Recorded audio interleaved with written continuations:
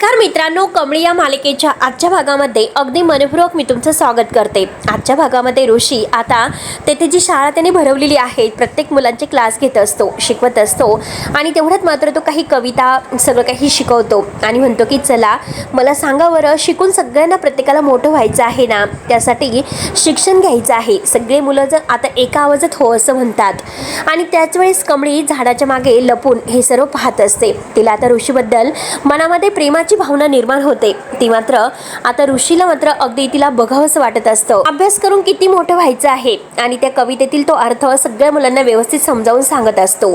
सगळेजण छान ऐकत असतात, खुश असतात, प्रत्येकाच्या चेहऱ्यावर एक वेगळाच आनंद असतो आणि त्यात म्हणजे कमळी तर अगदी प्रेमाने ऋषीकडे पाहत असते। कमळीला मात्र आता ऋषीबद्दल अभिमान वाटतो। नंतर आता ऋषी ती कविता त्यांना पाठांतर करायला सांगतो आणि 1 2 3 4 असे आकडे मोजून शेवटी आता मुलांना वेळ दिली जाते आणि तेवढ्यात ऋषीचं लक्ष कमळी समोर उभी आहे तर कमळीकडे जाते। जी कविता लिहिलेली आहे तर सगळे मुलं मात्र आता एका आवाजात ती कविता म्हणून पाठांतर करत असतात। ऋषी आता कमळी जवळ येतो आणि विचारतो की काय ग कमळी? कमळी विचारते की सर तुमचा तास झालेला आहे का? तेव्हा आता ऋषी म्हणतो की ऑलमोस्ट मोस्ट। आणि काय झालं? कमळी म्हणते की सर थोडंसं बोलायचं होतं। ऋषी म्हणतो की बोल ना। आणि तेवढ्यात आता कमळी सांगायला सुरुवातच करते। ऋषी म्हणतो की बोल आणि निंगी धावतच येते ऋषी सर करत आणि आता तेथे आल्यानंतर म्हणते की ऋषी सर गावामध्ये खूप जोरदार तयारी सुरू झालेली आहे। ऋषी विचारतो की कशाबद्दल? आता निंगी खुश होऊन म्हणते अहो हे बघा, म्हणजे कमळी ही विद्यापीठामध्ये पहिली आली म्हणून गावकऱ्यांनी तिच्या हस्ते पूजा ठेवलेली आहे। आता हे ऐकून कमळी आणि ऋषीला फारच आनंद होतो। निंगी म्हणते की कमळीला फार मोठा मान मिळणार आहे आणि 1-2 दिवसातच ही पूजा आहे। ऋषी तर म्हणतो की अरे वा, चांगली गोष्ट आहे आणि निंगी म्हणते की हे बघा हे घ्या आणि ऋषी तिला तिकडे ठेवायला सांगतो। काहीतरी निंगीने आणलेलं असतं। त्यावरती ऋषी कमळीला विचारतो की तू काय म्हणत होती? कमळी म्हणते की हो ना, सांगतो। तेव्हा आता कमळीला मात्र तिच्या मनातील प्रेमाची भावना व्यक्त करायची आहे म्हणून ती म्हणते की चला ऋषी सर, मी तुम्हाला आमचं गाव दाखवते। ऋषी हसतो। ऋषी म्हणतो की काय गाव आणि आत्ता? आणि निंगीला म्हणतो की जरा तू वर्गाकडे लक्ष दे। निंगी म्हणते की हो सर आणि ऋषी आणि कमळी आता तिकडे निघून जातात। त्यानंतर इकडे कामिनीला आता जे सत्य समजलेलं असतं त्यामुळे ती पूर्णपणे शॉक होते आणि कमळी महाजनांची नात आहे हे सत्य बाहेर कुणाला कळायला नकोय असे ती आता ठरवते। कुणाला म्हणजे कुणालाच कळायला नको, अगदी रागिनी आणि अनिका हे दोघींना जर हे सत्य कळाले तर ते वेगळंच काहीतरी घोळ घालतील आणि वहिनीला म्हणजे अन्नपूर्णाला हे सत्य समजण्या अगोदर तरी केलंच पाहिजे। मीच काहीतरी करते आता आणि गौरीच्या नावाने जोरात ओरडते, तू मला फसवलंस, मी तुला नाही सोडणार असं म्हणते आणि तू मलाच मूर्ख बनवलं। तुला मूर्ख बनवण्याची म्हणजे तुला समजण्याची चूक तर मीच केली होती। आता कुठे माझ्या लक्षात आली, तू तर हरणीचं कातड पांघरणारी निघालीस। आता एकदा नाही दोनदा तू माझ्या ताब्यामध्ये मला सापडली होतीस, खूप गयावया केली आणि मला म्हणाली की माझी मुलगी मेली म्हणून आणि मी सुद्धा मूर्खासारखा तुझ्यावर विश्वास ठेवला। सगळं मला खरं वाटलं आणि त्याच वेळेस मला सगळं काही कळाले असते कमळी तुझी मुलगी आहे आणि तेव्हाच मात्र मी आता खरंच तुला वाचवलं नसतं। तेव्हाच मला जर माहिती असतं ना, मी काहीतरी केलं असतं।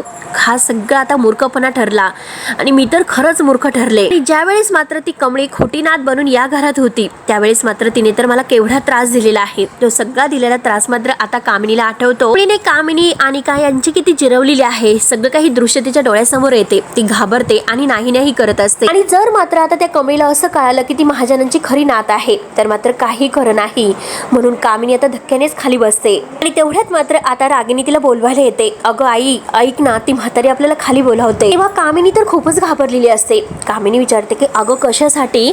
रागिनी म्हणते की मला माहिती नाही कशासाठी। तेवढ्यात मात्र अन्नपूर्णा जोरातच ओरडते, कामिनी लगेच खाली ये। अन्नपूर्णाच्या कानावर हा आवाज येऊन पोहोचतो। दोघेही खूपच घाबरतात। रागिनी म्हणते की आई अगं चल ना म्हणून जोरात ओरडते। तेव्हा आता कामिनी घाबरत दोघी खाली येतात। तेव्हा दोघी आता अगदी खाली म्हणजे असं पडल्यासारखं करत असतात, त्यांचे तोल जात असतात घाबरूनच। अन्नपूर्णा आणि राजन दोघंही त्यांच्याकडे रागाने पाहतात। आता कामिनी विचारते की काय झालं वहिनी? अगं तू बोलवलंस, काय काम होतं? तेव्हा अन्नपूर्णा म्हणते की अगं तुझे या घरातील दिवस ना आता संपलेत। माझी मोठी नात या घरात येऊ नये यासाठी तू खूप प्रयत्न केलेत, तिचा किती छळ केलास, त्यामुळे आता बाद झालं, तुम्ही या घरातून निघून जायचं। तेवढ्यात रागिनी विचारते की आई अहो अचानक तुम्हाला काय झालं? नक्की असं का बोलतात तुम्ही? झालं तरी काय आणि माझ्या आईने केलं तरी काय असं? तेव्हा आता अन्नपूर्णा जोरात ओरडते की काय केलंस? जणू काही तुला माहितीच नाही किती छळ केला इने माझ्या मोठ्या नातीचा। हे बघ रागिनी, अगं तू सुद्धा त्यामध्ये सामील होतीस आणि हे बघ तू सुद्धा आता आईची काळजी करू नकोस कारण तुला सुद्धा आई सोबत घराच्या बाहेर जावं लागणार आहे। रागिनी म्हणते की मी पण तर अन्नपूर्णा म्हणते की हो तू पण. आणि तेवढ्यात कामिनी आता शॉक होऊन पाहते आणि रागिनी सुद्धा. अन्नपूर्णा म्हणते की आम्हाला कळालेलं आहे की कमळीच माझी मोठी नात आहे. आणि तेवढ्यात राजन आता तो मोबाईल दाखवतो, कारण आत्ताच गौरीचा फोन येऊन गेलेला आहे. गौरीने आम्हाला सगळं काही सांगितलेलं आहे. राजन आता पुढे येतो. राजन म्हणतो की आत्या, तू माझ्या गौरीला आणि माझ्या कमळीला म्हणजे जाळून मारण्याचा प्रयत्न केला होतास. अगं तू माणूस आहे की जनावर आहे, अजून किती खालच्या पातळीला जाशील. आता रागिनी तर तोंडाला हातच लावते आणि खूपच घाबरते. तेवढ्यात मात्र राजनला इतका राग येतो की सनकनी तो मात्र आता कामिनीच्या कानामागे ठेवून देतो आणि आता एक नाही तर दोन कानामागे लावतो. रागिनी तर रडायला सुरुवात करते, परंतु कामिनी आपला गाल चोळत असते. रागाने म्हणते की आता या क्षणी दोघीही घरातून चालत्या व्हा. तर कामिनी रडतच आता हात जोडते आणि म्हणते की वहिनी माझं चुकलं, वहिनी मला माफ कर, माझं खरंच चुकलं. राजन जोरात ओरडतो की नाही, त्या गोष्टीसाठी माफी नाही, आत्ताच्या आत्ता या घरातून बाहेर व्हा. तेव्हा आता कामिनी रडतच हात जोडते, वहिनी अगं माफ कर, खरंच माझी चूक झाली. तेव्हा आता अन्नपूर्णा रागानेच म्हणते की अरे राजन ही अशी नाही ऐकणार. आणि तेवढ्यात अन्नपूर्णा आजी मात्र चाबूक घेऊन येते आणि त्या चाबकाने मात्र आता ती कामिनीला मारत असते. कामिनीला खूप त्रास होतो, ऐगा ओरडत असते आणि त्याहून जास्त आता रागिनी खूपच घाबरते आणि रडत असते. कामिनीला आता एकावर एक असा फटके बसत असतात, कारण अन्नपूर्णा आजी खूपच तापलेले असतात. कामिनीला मात्र आता हे स्वप्न पाहत असते, कारण ती आता खाली बसते आणि वहिनी मला मारू नको असे ओरडत असते आणि खाली लोटांगण घेते. तेवढ्यात रागिनी आतमध्ये येते आणि आईला म्हणते की आई काय झालं, आता तू असं का म्हणते की वहिनी मला मारू नकोस. अगं आई तुला काय झालं, तू असं का ओरडतेस, आई आई म्हणून जोरात ओरडते. कामिनी हात जोडून असते आणि रडत असते. तर रागिनी तिला म्हणते की आई काय झालं, वेड लागलं का तुला. तेव्हा कामिनी खूपच घाबरून गेलेली असते. रागिनी तिच्या डोक्याला हात लावून बघते. घाबरतच कामिनी आता रडतच म्हणते की तिला जर सगळं काही सत्य कळालं तर ती मला नक्की मारेल. तेव्हा रागिनी आता कामिनीला म्हणते की आई अगं तू शुद्धीवर आहे आणि तिला पाणी पाजते. आणि आई तू कोणत्या सत्याबद्दल बोलते, कोण तुला सोडणार नाही असं म्हणते. तेव्हा मात्र आता कामिनी आपल्या मनात म्हणते की नाही, आता मात्र मला रागिनीला काही सांगायचं नाही आणि नकोच तिला सांगायला. आणि हा भास होता, परंतु तो भास खरा होण्या अगोदर मला ते कमळीचं काहीतरी करावं लागेल असे ती ठरवते. त्यानंतर राधिका ऋषीचा फोन लावत असते, परंतु फोन काही लागत नसतो आणि ती वैतागते आणि ऋषीचा फोन का लागत नाही असं स्वतःला विचारते. परंतु आता रोहित असं कसं वागू शकतो, इतकं चुकीचं, म्हणून तिला आता रोहितचा राग येतोय आणि स्वतःच्या सख्या भावासोबत रोहित असं वागेल हे मला वाटलं सुद्धा नव्हतं. आई मात्र आता ऋषीवर किती रागवल्यात, त्यांचा गैरसमज ऋषीबद्दल झालेला आहे आणि ह्या सगळ्याला रोहित जबाबदार आहे. मी ना खरंच आईंना अगोदर सगळं काही खरं सांगायला हवं होतं, तेव्हाच मी जर बोलले असते तर एवढं सगळं घडलंच नसतं. आणि आई रागारागात मात्र कमळीच्या गावी गेल्यात हे ऋषीला अगोदर सांगायला हवं होतं. आणि जर ऋषीला हे अगोदर समजलं तर तो आईला नक्की सांभाळून घेईल आणि सगळं काही व्यवस्थित हँडल करेल. ऋषीला हे सर्व कसं समजेल, म्हणून आता मी काम करते, व्हॉइस नोट पाठवते. तेव्हा मात्र राधिका आता व्हॉइस नोट करते. व्हॉइस म्हणजे ती पूर्णपणे पाठवते की ऋषी हे बघ, आईला सगळं काही कळालेलं आहे आणि त्या कमळीच्या गावी यायला निघाल्यात, प्लीज तू सगळं काही सांभाळून घे आणि आय होप ऋषीच्या फोनला नेटवर्क येईल आणि हा व्हॉइस नोट त्याला मिळेल म्हणून. तेवढ्यात आता राधिका पाहते तर दरवाजामध्ये रोहित आलेला असतो. रोहित हे सर्व बघतोय आणि रागाने तो राधिकाच्या समोर येतो. राधिका बिचारी खूप घाबरते. पुन्हा रागाने मात्र आता हा रोहित राधिकाच्या कानामागे ठेवून देतो. राधिका बिचारीला खूप त्रास होतो, पण तरी सुद्धा रडतच सर्व काही सहन करते. रोहित रागाने तेथून निघून जातो. त्यानंतर इकडे गावाकडे आता ऋषी आणि कमळी सायकल घेऊन आता गावभर फिरत असतात. कमळी आता ऋषीला विचारते की ऋषी सर, तुम्हाला आपली पहिली भेट आठवते का, तुम्ही पहिल्यांदा माझ्या कानामागे मारली होती आणि तेव्हा मला असं वाटलं होतं की तुम्ही फार खडूस आहात. जसं आपण एकमेकांशी भेटत गेलो, एकमेकाबद्दल आता गप्पा केल्या, तेव्हा कुठे तुमचा स्वभाव मला समजला. म्हणजे खेड्यातून मुंबईमध्ये येणाऱ्या माझ्यासारख्या मुलीला इतक्या मोठ्या शहरात टिकून राहण्याची तुम्ही हिंमत दिली. आता बोलता बोलता दोघं पूर्णपणे गावाच्या बाहेर येतात. कायम माझी मदत केली आणि खरं तर कॉलेजमधील सगळ्या गरीब विद्यार्थ्यांना तुम्ही मदत करतात. हे बघा, ते सगळं मी बघत तर होतोच, परंतु तुम्ही अशी दुसऱ्यांची काळजी घेताना मात्र तुमच्या स्वतःची किती नुकसान होतं, काय होतं ह्याचा तुम्ही विचार कधीच केला नाही. तसाच दुसऱ्याबद्दल विचार करणाऱ्या माणसाचा स्वभाव दुसरा म्हणजे कुणाला नाही आवडणार. कमळी आता हे लाजत बोलत असते, कारण तिला आता ऋषीबद्दल प्रेम निर्माण झालेलं असतं. मी आता हसतच म्हणते की माझी सुद्धा वेळोवेळी तुम्ही मदत केली, माझ्या पाठीशी उभं राहिलात. जेव्हा आबा बनून तुम्ही मला पत्र लिहिली तेव्हा मी खरंच तुमच्याशी खूप वाईट वागले. मी अन्नपूर्णा आजींची खोटी नात आहे हे माहिती असून सुद्धा तुम्ही माझ्याबरोबर साखरपुड्याला तयार झालात आणि तेव्हा मात्र आता मी खोटी होते हे असं समजून मात्र सगळ्यांनी मला एकटीला पाडलं आणि शेवटी मी एकटी असून सुद्धा तुम्ही माझ्या सोबत होतात आणि तेव्हापासून माझ्या मनात तुमच्याविषयी जो काही आदर आहे तो बघा वाढतच गेला.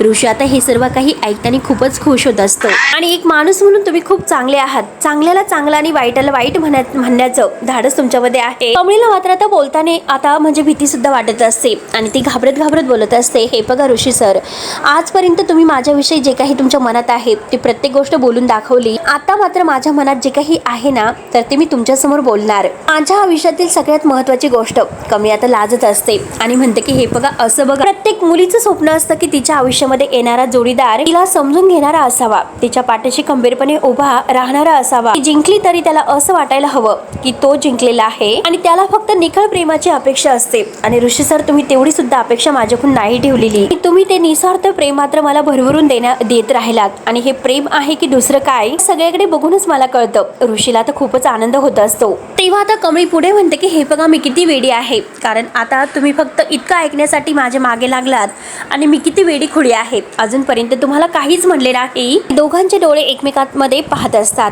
तेव्हा आता कमळी म्हणते की माझं सुद्धा तुमच्यावर प्रेम आहे. हे ऐकून आता ऋषीला फारच आनंद होतो. लगेच आता आपला चेहरा वळवते आणि ऋषी खुश होत तिच्याकडे पाहत असतो. दोघंही मात्र आपल्या स्वप्नामध्ये हारून जातात. दोघंही आता एकमेकांचं स्वप्न आता एकमेकात पाहत असतात. कमळी आता मागे पळत असते. एकमेकांसोबत दोघंही डान्स करत असतात. दोघंही एकमेकांच्या मिठीमध्ये येतात आणि अगदी एकमेकांना काय ते वचन आहे तर ते देतात. दोघंही आता इतके खुश असतात. कमळी सुद्धा मात्र आता ऋषीच्या प्रेमामध्ये पूर्णपणे ही भारून गेलेली असते आणि तिला सुद्धा आता ऋषी हवं असं वाटतो. दोघांच्या प्रेमाची आता ही नवीन झलक आपल्याला पाहायला मिळते. दोघे इतके खुश आहेत आणि एकमेकांच्या प्रेमामध्ये रंगून गेलेले आहेत. एकामेकांबरोबर घालवलेले प्रत्येक क्षण दोघांनाही आठवतात आणि एकमेकांच्या सोबत आता दोघं एकमेकांच्या आठवणी काढत असतात. आणि असं स्वप्न बघता बघता मात्र ते एका झाडाखाली दोघे एकमेकांच्या शेजारी येऊन बसतात आणि ऋषी तिच्याकडे पाहत असतो. कमळी मात्र आता ऋषीला म्हणते की हे बघा सर, माझा तर विश्वासच बसत नाही, नक्की हे सर्व काय सुरू आहे. तेव्हा आता ऋषी म्हणतो की माझा तर अजिबात विश्वास नाही बसत. आता कमळी विचारते की सर काय झालं. तेव्हा ऋषी म्हणतो की अगं हे बघ, आता तरी तुम्हाला सर म्हणू नको. हे बघ, तुम्हाला अजूनपर्यंत सरच म्हणणार आहे का. जाऊन दे कमळी, आता मात्र तू काही बोलूच नकोस. आणि तेवढ्यात ऋषी आता उठून उभा राहतो. कमळी आवाज देते. कमळी म्हणते की अहो सर, असं काय करतात, मला नाही जमत असं एक नाव घेण्यासाठी. आणि कमळी आता लाजत असते. ऋषी रुसून बसतो. कमळी विचारते की मग मी तुम्हाला काय म्हणू. ऋषी थोडासा रागावतो आणि म्हणतो की मला माहिती नाही, तुझं तू बघून घे. म्हणून कमळी आता शुकशुक करते. ऋषीला हसू येते. तो म्हणतो की काय शुकशुक आणि कोण आहे मी, शुकशुक आहे का. त्यावरती कमळी म्हणते की ऋषी सरांपेक्षा तर बरं आहे. आणि बरं आहे तात्पुरतं म्हणून कमळी लाजते. ऋषी पुन्हा तिच्याजवळ येऊन बसतो आणि म्हणतो की बरं आहे बरं आहे. आणि असं शुकशुक म्हणून तो कमळीला मिठीत घेतो. तेवढ्यात आता दोघंही एकमेकांच्या मिठीमध्ये येतात आणि डोळे बंद करून आता दोघंही बसलेलेच असतात. आणि तेवढ्यात नयनतारा धावतच येते ऋषी करत. रागाने ऋषी करते आणि अगदी रागाने कमळीला मात्र ढकलून देते. तेव्हा आता कमळी बाजूला जाऊन पडते.